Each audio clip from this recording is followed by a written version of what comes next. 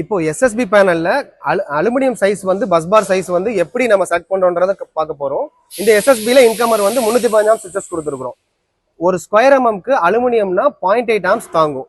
இப்போ 315 ஆம்ஸ்ன்றப்போ நம்ம ரெண்டு மாடலா செலக்ட் பண்றோம். ஒன்னு 50 இன்டூ 8 mm, இன்னொன்று வந்து 40 இன்டூ 10 mm. இது எப்படி நம்ம செலக்ட் பண்றோம்னு பாத்தீங்கன்னா, இது மல்டிப்ளை பண்ணும்போது உங்களுக்கு தெரியும் எத்தனை ஆம்ஸ் வரப்போகுதுன்னு தெரியும்.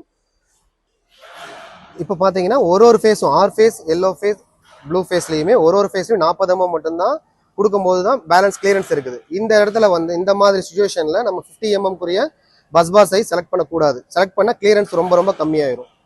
நம்ம பஸ் பார் சைஸ் செலக்ட் பண்ணும்போது நம்ம அந்த பேனல் எந்த இடத்துல வைக்கிறோன்ற ஒரு ஆப்ஷன் இருக்குது. ரொம்ப கிரிட்டிக்கலா ரொம்ப அடைச்சு வச்ச மாதிரி ஏர் சர்க்குலேஷன் இல்லாத இடத்துல நம்ம பேனல் வச்சா திக்னஸ் வந்து நம்ம ஜாஸ்தியா போடணும். இப்போ நம்ம செலக்ட் பண்ற 40க்கு 10ன்றதை மட்டும் 50க்கு 10 போட்டா கூட கரெக்டா இருக்கும். இன்னொன்று வந்து ஸ்லீவ் போட்டா இன்னும் வந்து உங்களுக்கு ஹீட் வந்து வெளியில ப்ரொடியூஸ் ஆகாது, சேஃபர் சைடா இருக்கும்.